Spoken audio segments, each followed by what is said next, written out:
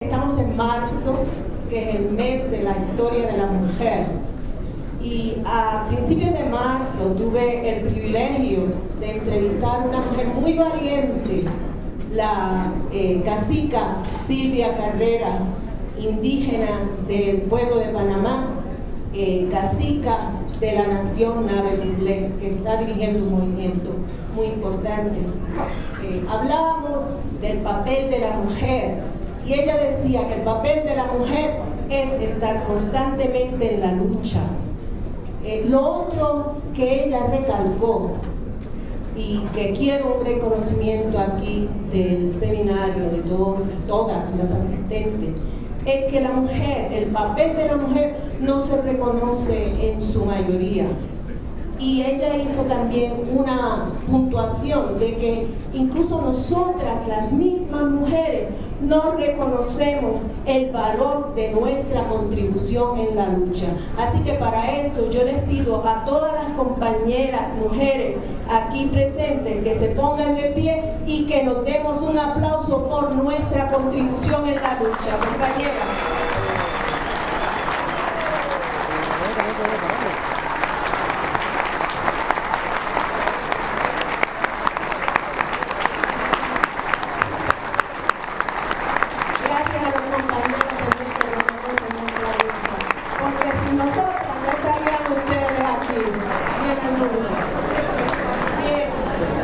Compañeras y compañeros, se ha hablado mucho del movimiento de los y las indignadas en el mundo, pero viniendo de Estados Unidos yo quiero hacer unos puntos. La presentación será distribuida, así que yo solamente quiero señalar los puntos que yo creo que son muy relevantes para que se entienda la importancia y las consecuencias del movimiento de indignados de ocupar en Estados Unidos. Así que yo voy a dividir, la presentación está dividida en por qué de la importancia, la crisis capitalista como origen de este movimiento, las tres fases del movimiento de ocupar, la cuestión nacional como un punto muy importante de la lucha en Estados Unidos y la tarea del movimiento vanguardista en Estados Unidos.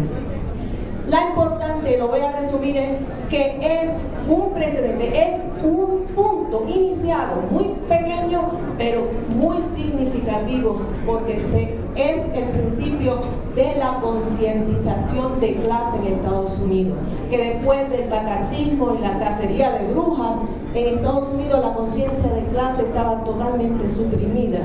Se hablaba de la clase media, de la clase alta, de la clase baja, de la clase media, media alta, media baja, no se hablaba de la clase trabajadora. Esta, la consigna de los indignados del 99 en contra del 1%, esto es muy importante porque señala, no somos iguales que los dueños de los bancos, y esto en sí abre el camino de un movimiento más revolucionario, militante. La crisis capitalista, se ha hablado mucho aquí de la crisis, así que lo que yo voy a puntualizar es parte del análisis que nosotros, nuestro partido tiene. Hablamos del neoliberalismo, que no solamente se ha dado de Estados Unidos hacia afuera, hay un proceso neoliberal dentro del mismo Estados Unidos, y eso está un poquito más explicado en la presentación. Hay un aumento de pobreza, hay un aumento de desempleo. La pobreza en Estados Unidos, el último censo que se dio a finales del año pasado, refleja que la mitad de la población de Estados Unidos, estamos hablando de 150 millones, el 50% de la población o es pobre o está hasta la rodilla tratando de salir a flote. Esto es algo muy importante que se tiene que tener en cuenta. Y con la consecuencia del desempleo, se ha hablado mucho de la producción, alguien de los compañeros hablaba de la producción, del aumento de producción dentro de esta crisis, como origen de la crisis capitalista. estamos muy de acuerdo, pero yo quiero hacer un punto dentro de esto, el porqué de este aumento tan grande de la producción, y es el papel de la alta tecnología en la producción. Que esto es muy importante porque no solamente, esto no es una cosa temporera, esto es algo que un trabajador ha sido ahora, 100 trabajadores, a veces 1000 trabajadores han sido reemplazados por uno, porque la productividad es tan alta que no es necesario muchos trabajadores para producir la cantidad que se necesitan más trabajadores para producir ese commodity anteriormente. Y esto lo que ha servido es para una reestructuración del capitalismo. Esto no es simplemente una crisis capitalista, esto es una crisis realmente del capitalismo, y la han utilizado para reestructurar. Hay menos plantas, hay una producción enorme que ha dado como consecuencia el crecimiento, no solamente del 1%, es mucho, es ínfimamente menor que el 1%, y el empobrecimiento por ende del resto de la clase trabajadora. Pasando al movimiento, las 3 fases. En la fase del comienzo, que fue en septiembre del año pasado, el 17, donde jóvenes blancos universitarios, y quiero recalcar la palabra blanco, porque esto es muy importante y tiene que ver con la lucha y la lucha de clases en Estados Unidos. Fueron jóvenes blancos universitarios que se dieron cuenta que no iba a haber trabajo para ellos. En Estados Unidos, los jóvenes blancos universitarios tenían lo que dicen en Estados Unidos el birthright.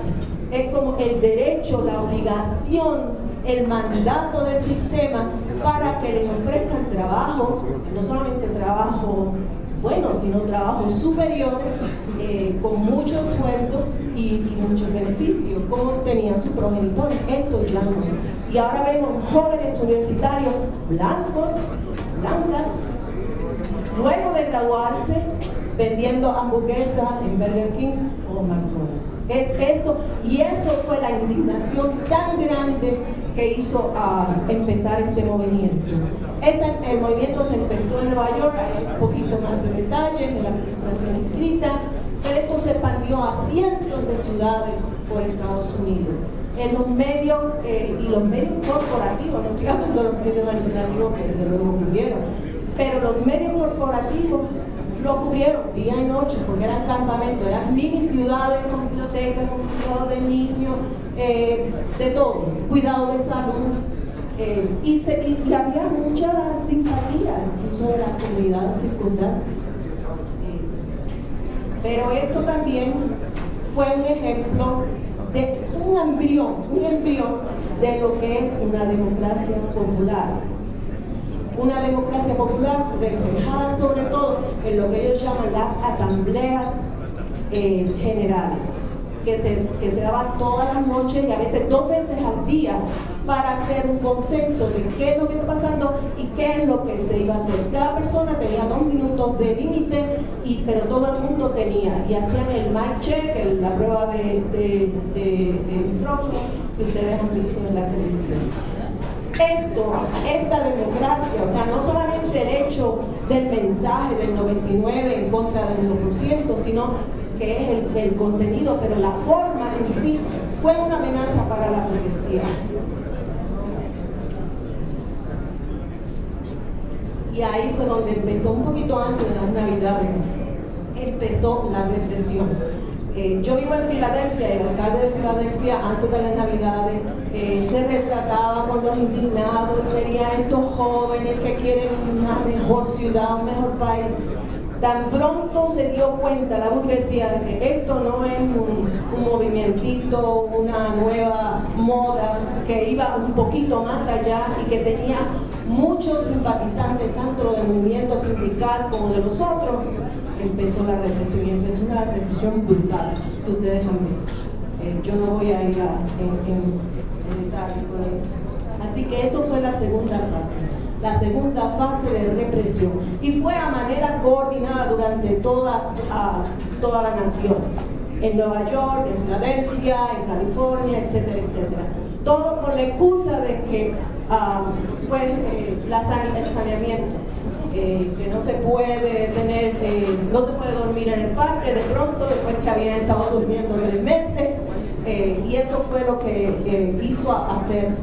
Y fue la violencia policial y las barricadas y las balas de goma, los macanazos, la caballería de la policía, tanto en caballo como en bicicleta, como en motocicletas, embestiendo a los y las indignadas. Todo esto fue lo que hizo que no pudieran seguir en esos sitios. Pero entonces viene la tercera fase, que fue la de expansión. No se podían quedar en el sitio original, pues estos movimientos de ocupación se generalizaron ahora en vecindarios, en escuelas, en sitios, pero entonces ya la prensa no la cubría, porque esto es muy amenazante. Pero ahí fue donde, ahora es donde verdaderamente hay un movimiento de ocupación. Hay un caso que deben leer sobre el cierre del puerto de Oakland en California, porque también ahora no solamente son los indignados, sino que parte del sindicalismo militante y otros grupos progresistas se han unido a los indignados y lograron cerrar el año pasado por un día el puerto de Oakland con el sindicato de estibadores, el local 100, aunque la dirigencia nacional del sindicato había prohibido el cierre, pero ellos fueron y prevalecieron y cerraron el puerto. Otra de las cosas que está pasando dentro de esa extensión también es la educación. El hecho de que no se necesitan trabajadores con destreza hace que pues no se necesitan más estudiantes, no se necesita dar dinero a las escuelas públicas, así que vamos a privatizarlas, vamos a aumentar la matrícula, no dejemos que lleguen los más inmigrantes para educarse, así que esa fuerza trabajadora no es necesaria.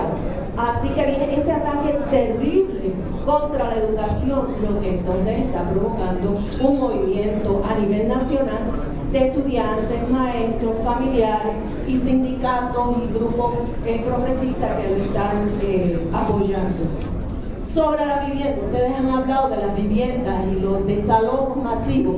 El movimiento de indignados, de ocupación, también está apoyando la lucha de esto, y entonces el movimiento se convoca para prevenir los desalojos de casa. Asimismo, sobre inmigración, un detalle importante es que en Estados Unidos generalmente el movimiento del 1 de mayo es por inmigrantes, que empezó en el 2006 con el Día Sin Inmigrantes, que fue una huelga general de los inmigrantes, muy exitoso. Pero un detalle muy terrible es que los sindicatos no apoyaban los grupos de inmigrantes. En Nueva York se ha comenzado, y este año por primera vez, el 1 de mayo va a ser el 1 de mayo unitario. Inmigrantes junto con los sindicalistas. Antes eran dos manifestaciones diferentes. Así que, y esto ha sido un efecto del movimiento de ocupar. La última cuestión que quería traer es la cuestión nacional, porque yo mencionaba que estos son jóvenes blancos. ¿Por qué es importante? En Estados Unidos no puede haber un movimiento revolucionario, un movimiento exitoso si no brega con la cuestión nacional, es decir, la lucha en contra del racismo. Estados Unidos se basó en mano esclava para enriquecerse y sigue enriqueciéndose con mano esclava de inmigrantes también. Si no se incluye en la cuestión nacional, la lucha en contra del racismo, no va a haber nada victorioso en Estados Unidos. Y de hecho, dentro del movimiento Occupy ha habido incidentes de racismo contra afroamericanos e inmigrantes, y se han formado grupos subgrupos de Occupy para bregar con esta situación, lo que sienta las bases también de unidad. Y es interesante que este movimiento haya sido por jóvenes blancos, lo cual ha ayudado a que se haya desarrollado, porque si hubiese sido afroamericano o latino, hubiesen sido exterminados. Ya recordemos las panteras negras, que eran afroamericanos, fueron exterminados, y todavía hay compañeros, hay compañeros en cadena perpetua simplemente por ser pantera negra. Tenemos los Young Lord, que eran puertorriqueños residentes en Estados Unidos también. Tenemos el movimiento indígena, que el compañero Leonard Peltier era dirigente, todavía está en cárcel. O sea, el hecho de que fueron jóvenes blancos ayudó a propulsar este movimiento y que se mantuviera, y así ahora se están integrando todos los otros sectores. Así que con esto yo termino. Son simplemente diciendo la tarea para nosotros del movimiento revolucionario y marxista, leninista, es decir, no es solamente el 99 en contra del 1%, es la clase trabajadora en contra de la clase capitalista, y lo único que se puede hacer es terminar, destruir este sistema y construir el socialismo. Gracias, presidente.